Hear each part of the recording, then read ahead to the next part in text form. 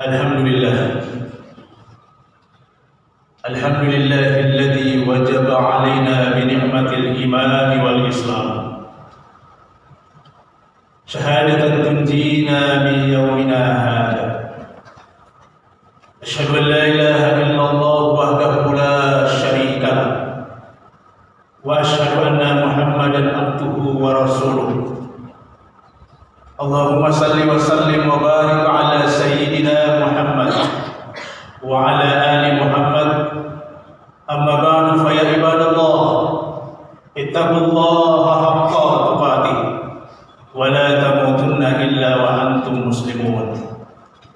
Wa qad qala Allah ta'ala fil kitabil karim, a'udzu billahi minasy syaithanir rajim, bismillahirrahmanirrahim. Subhanalladzi asra bi abdihi lailan minal masjidil haram ilal masjidil aqsa alladzi barakna hawla linuriyahu min ayatina innahu huwas samiul basir. Sadaqallahu wa sadaqa rasul ala dzalika minasy syahidin wasyakirin walhamdulillahi rabbil alamin. Ikhwanul kiram, sidang jamaah Jumat hamba-hamba Allah, mudah-mudahan Allah Subhanahu wa taala merahmati kita semuanya. Amin ya rabbal alamin. Mengawali khutbah yang pendek ini, memenuhi rukun daripada khutbah, khatib menyerukan kepada kita semuanya, termasuk diri sendiri, untuk mari kita senantiasa bertakwa kepada Allah Subhanahu wa taala dengan melaksanakan segala yang diperintahkannya dan menjauhkan apa yang dilarangnya. Jemaah, beberapa waktu terakhir ini peristiwa demi peristiwa yang sangat menyayat hati kita, di mana dalam konteks kehidupan modern seperti saat ini masih ada sebuah negara Zionis Israel yang menduduki dan menjajah bumi Palestina. Sampai tadi malam, laporan yang kita dapatkan, angka kematian atau gugur di bumi Palestina sudah mencapai 10.000 lebih, dan ada 25.000 yang luka-luka.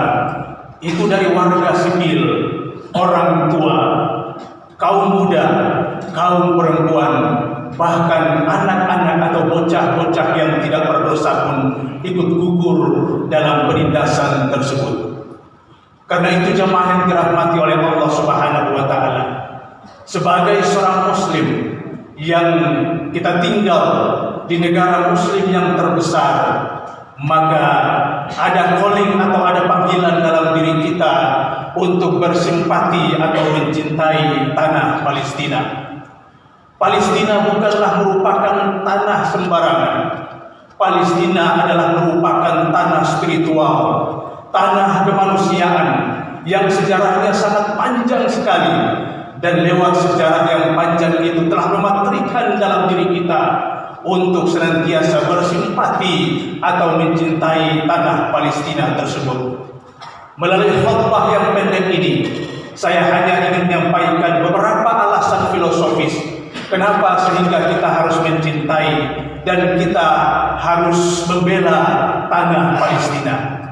Yang pertama adalah Palestina itu disebut dengan Ardul Muqaddasah, tanah yang suci. Di sana terdapat Baitul Maqdis, rumah yang tertua yang kedua setelah Masjid Haram yang dibangun oleh Nabi Adam alaihissalam.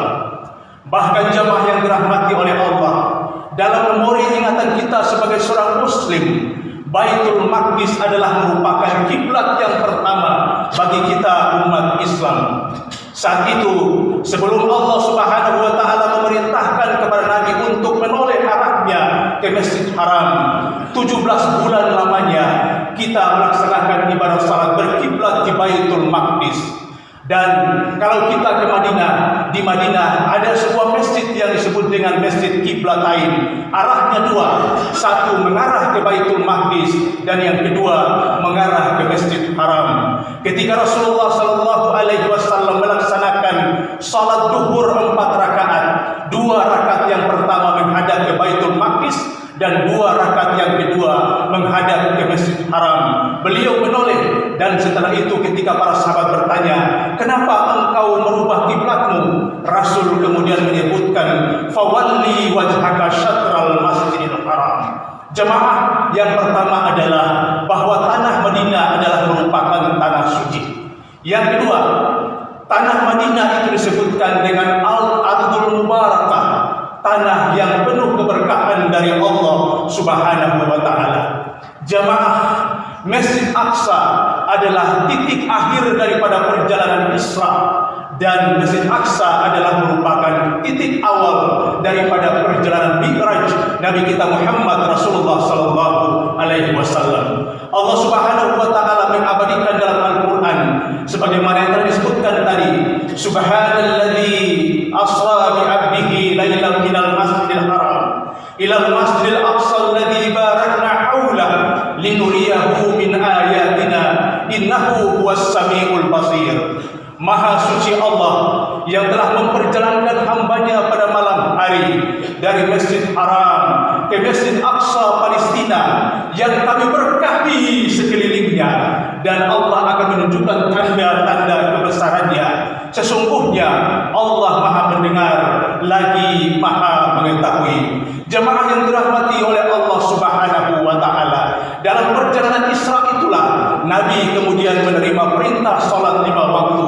Yang kedua, beliau bertemu bahkan berdialog dengan para nabi dan para rasul Allah sebelum Nabi kita Muhammad sallallahu alaihi wasallam. Dan di Masjid Aqsa itulah beliau mengimami para nabi dan para rasul Allah Subhanahu wa taala, mulai dari Nabi Adam alaihissalam sampai Nabi Isa alaihissalam. Yang ketiga, jemaah yang dirahmati oleh Allah, kita cinta dan kita simpati kepada tanah Palestina. Oleh karena Palestina, Masjid Aqsa adalah salah satu masjid yang paling istimewa dan diutamakan oleh Nabi kita Muhammad Rasulullah sallallahu alaihi wasallam. Jemaah, ada 3 masjid yang kalau 3 masjid ini kita salat di dalamnya, kita mendapatkan pahala yang berlipat ganda di hadapan Allah Subhanahu wa taala. Yang pertama adalah Masjid Haram. Sekali melaksanakan salat di Masjid Haram sama dengan 100.000 kali kita melakukan salat di luar daripada Masjid Haram. Karena itu jemaah yang dirahmati oleh Allah, ketika orang melaksanakan ibadah umrah, tatkala ketika mata ini pertama kali memandang Baitullah, sering saya sampaikan di mimbar ini, ketika itu kita menjerit di hadapan Allah Subhanahu wa taala, Allahumma zid hadzal baita tashrifan wa ta'dhiman wa takriman wa mahabatan wa zid man syarrafahu wa karramahu mimman hajja aw tamarahu tashrifan wa ta'dhiman wa takriman. Ya Allah, selama ini hamba salat menghadap ke Baitullah ini, ya Allah. Betapa tinggi kerinduan hamba terhadap Baitullah ini, ya Allah. Dan sekarang hamba bersimpuh di kaki Baitullah ini, ya Allah. Syukur kepada Engkau, ya Allah. Yang kedua adalah Masjid Nabawi, masjid di mana jasad Nabi kita yang paling suci dan mulia itu dipenangkan atau dikuburkan. 1 kali melaksanakan salat di tempat itu sama dengan 1000 kali kita melakukan salat di tempat ini. Jemaah, setelah itu kita mengucapkan salam, assalamu alayka ya Rasulullah, assalamu alayka ya Nabi Allah, assalamu alayka ya syafatullah wa rahmatullahi wa barakatuh. Kita tidak hidup sejaman dengan Nabi, tapi salat di tempat itu kita merasa dekat dengan Nabi kita Muhammad sallallahu alaihi wasallam. Karena beliau kita mengenal Allah, karena beliau kita mengenal Islam, dan karena beliau kita mengenal atau kita menikmati manis dan lezatnya iman kepada Allah Subhanahu wa taala. Jemaah, kemudian yang terakhir atau yang selanjutnya adalah tanah Palestina ada, dan yang ketiga adalah Masjid Aqsa. Sekali orang melaksanakan salat di Baitul Maqdis sama dengan 500 kali kita melakukan ibadah salat di luarnya. Kemudian jemaah yang dirahmati oleh Allah Subhanahu wa taala, tanah Palestina itu adalah tanah para nabi dan para rasul Allah Subhanahu wa taala. Kurang lebih ada 12 nabi dan rasul yang diutus di Bani Israel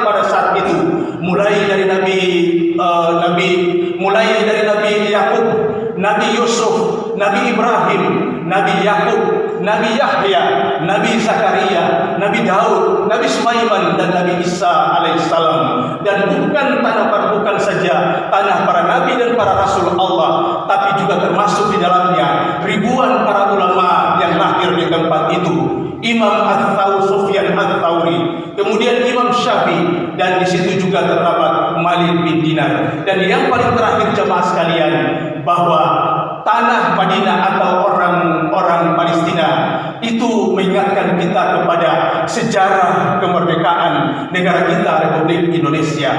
Ketika diproklamirkan oleh Bung Karno dan Bung Hatta pada tanggal 17 Agustus 1945, hal yang pertama yang diinginkan pada saat itu adalah pengakuan dari negara-negara lain.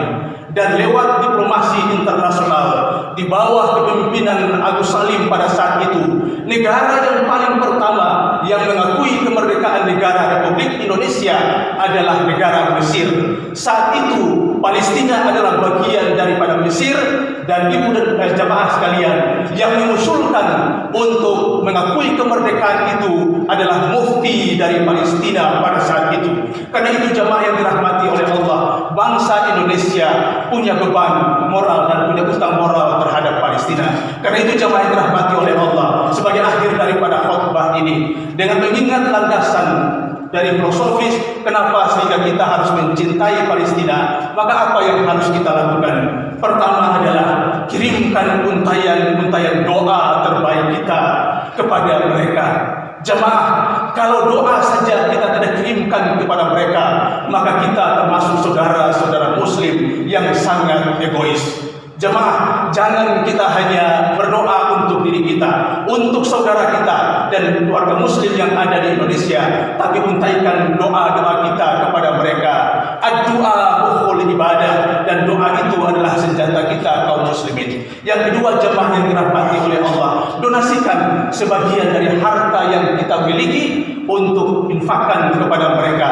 Sedikit apapun yang kita infakkan itu sangat berarti bagi mereka. Jemaah yang dirahmati oleh Allah Subhanahu wa taala, itulah yang bisa kita lakukan. Secara fisik kita tidak bisa lakukan, tetapi infakkanlah sebagian jihad harta kita di hadapan Allah Subhanahu wa taala. Semoga Allah Subhanahu wa taala menjadikan orang-orang yang telah gugur di sana menjadi para syahid dan para syuhada, dan Allah Subhanahu wa taala melindungi mereka, warga Palestina. Dan yang di atas segalanya, kita berdoa kepada Allah, semoga Allah mengirim bantuan tentara-tentara dari langit, sebagaimana Allah mengirim bala tentara ketika mengamankan kota suci Makkah Al-Mukarramah dari serangan tentara-tentara gajah lewat pasukan ababil dari langit untuk menghancurkan Israel.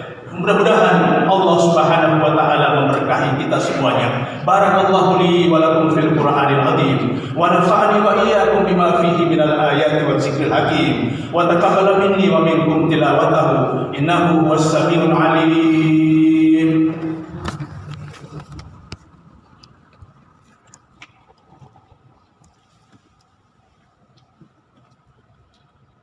Alhamdulillah bil basmalah, bismillahirrahmanirrahim.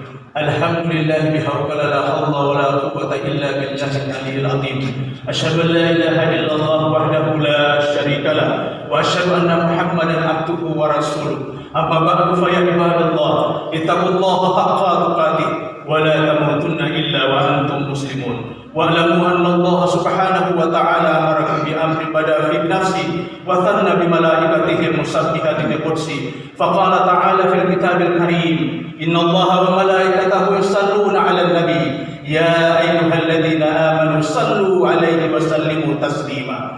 Wardallahu ma'ala arba'atil khulafa'ir rasyidin Abi Bakr wa Umar wa Uthman wa Ali wa ala baqiyatis sahabat wa tabi'in wa man tabi'ahum bi ihsanin ila yaumiddin wa alainahum bi rahmatika ya arhamar rahimin. Allahumma ighfir lil muslimina wal muslimat wal mu'minina wal mu'minat al ahya'i minhum wal amwat innaka sami'un qaribun mujibud da'wat ya qadiyal hajat. Rabbana hab lana min azwajina wa dhurriyyatina qurrata a'yun waj'alna lil muttaqina imama. Rabbana atina fid dunya hasanah wa fil akhirati hasanah wa qina adzabannar. Ibadallah, innallaha ya'murukum bil adli wal ihsan wa ita'i dzil qurba wa yanha 'anil fahsya'i wal munkar wal baghi ya'idukum la'allakum tadhakkarun. Fadhkurullahal azim was'aluhu bihi yajidkum wa la dzikrullahi akbar.